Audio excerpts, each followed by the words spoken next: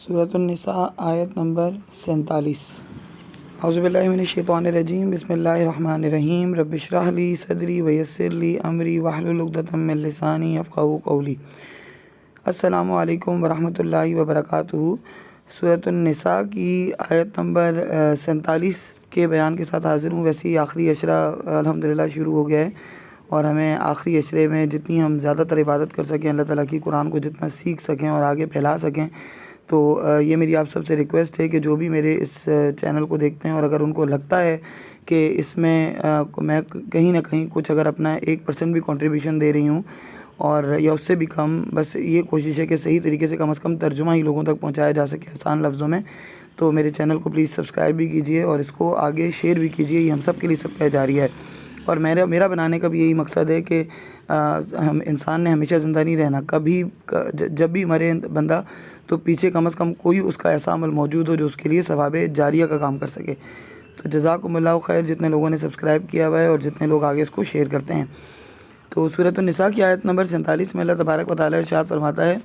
یا ایھا الذین،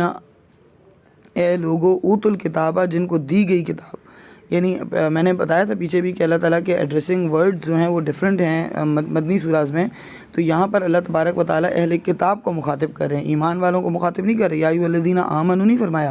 اللہ نے فرمایا یا ایھا الذین، اے لوگو، اوتوا الکتابہ، جن کو کتاب دی گئی۔ یعنی یہ یہود اور نصارہ کو مخاطب کر کے کیا جا رہا ہے، کہ مخاطب فرمایا جا رہا ہے، کیونکہ وہ دونوں باقاعدہ طور پر یہ دونوں اپنے ساتھ ان نیشنز کے پاس کتابیں آئی تھیں، توریت اور زبور اور انجیل۔ آمینو، ایمان لاؤ، بما، اس چیز پر، انزلنا، جو ہم نے نازل کی، مصدقا لما معکم، اور وہ تصدیق کرتی ہے اس چیز کی جو تمہارے پاس ہے، من قبل، اس سے پہلے۔ یعنی اب یہاں قرآن کی طرف اشارہ ہے کہ یعنی تم لوگوں کو تو سب سے پہلے بلیو کرنا چاہیے قرآن کے اوپر، کیونکہ تمہاری کتابوں میں تو آلریڈی گائیڈ لائن موجود ہے، تمہاری کتابوں میں تو آخری نبی کا ذکر موجود ہے، تمہاری کتابوں میں تو آخری کتاب کا ذکر موجود ہے، تو تمہارا یہ فرض بنتا ہے کہ تم ایمان لاؤ، تم تصدیق کرو اپنی کتابوں کی بیسس پر، اس مٹیریل کی بیسس پر جو تمہاری کتابوں میں لکھا ہوا ہے، آخری کتاب کے اوپر جو کہ نبی کریم صلی اللہ علیہ وسلم پر نازل ہوئی۔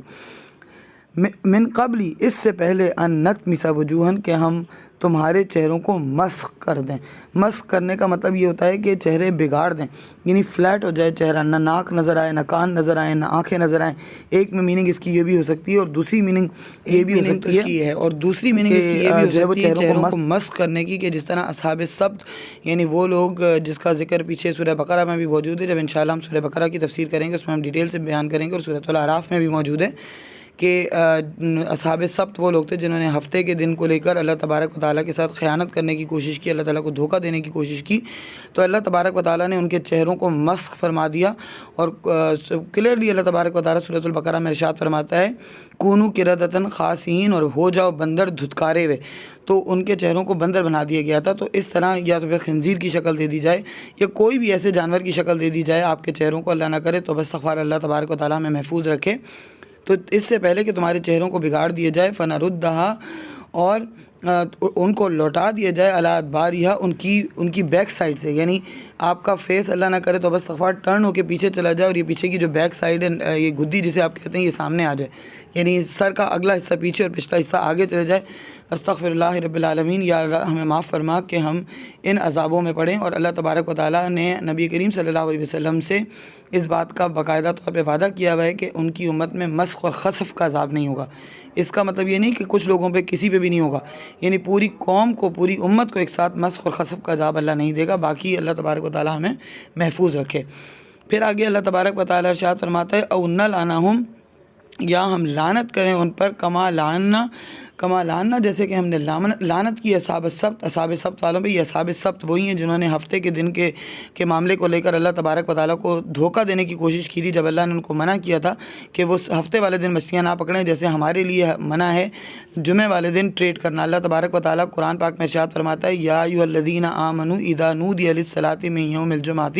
فاسعوا الی ذکر اللہ وذروا البیع۔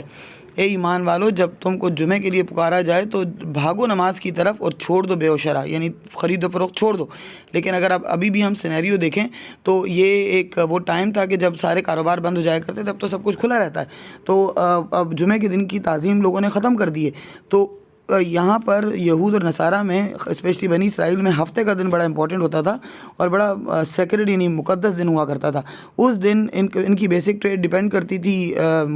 اس پہ مچھلیوں پہ، تو اللہ تعالیٰ نے ان کو مچھلیاں پکڑنے سے منع کیا ہوا تھا۔ انہوں نے اللہ کو دھوکہ دینا شروع کر دیا، پڈلز بنانے شروع کر دیے، مچھلیاں وہاں جمع کرتے تھے اور پھر اس کے بعد سنڈے کو نکالتے تھے اور کہتے تھے کہ ہم نے تو اتوار کو مچھلیاں پکڑی، ہم نے تو ہفتے کو پکڑی نہیں۔ تو یہ اللہ تبارک و تعالیٰ کو کھلا دھوکہ دے رہے تھے۔ اس وجہ سے اللہ تبارک و تعالیٰ نے ان کو اصحاب السبت یعنی ہفتے کے دن والوں کے نام سے یاد کیا اور ان کے چہروں کو مسخ کر دیا بندروں کی صورت میں۔ چہرے مسخ ہو گئے، اس کے بعد 3 دن تک وہ زندہ رہے، پھر اس کے بعد وہ سب مر گئے۔ تو یہ اصحاب السبت بیسیکلی بنی اسرائیل والے تھے جن کو بندروں کی شکل میں اللہ تعالیٰ نے تبدیل فرما دیا تھا۔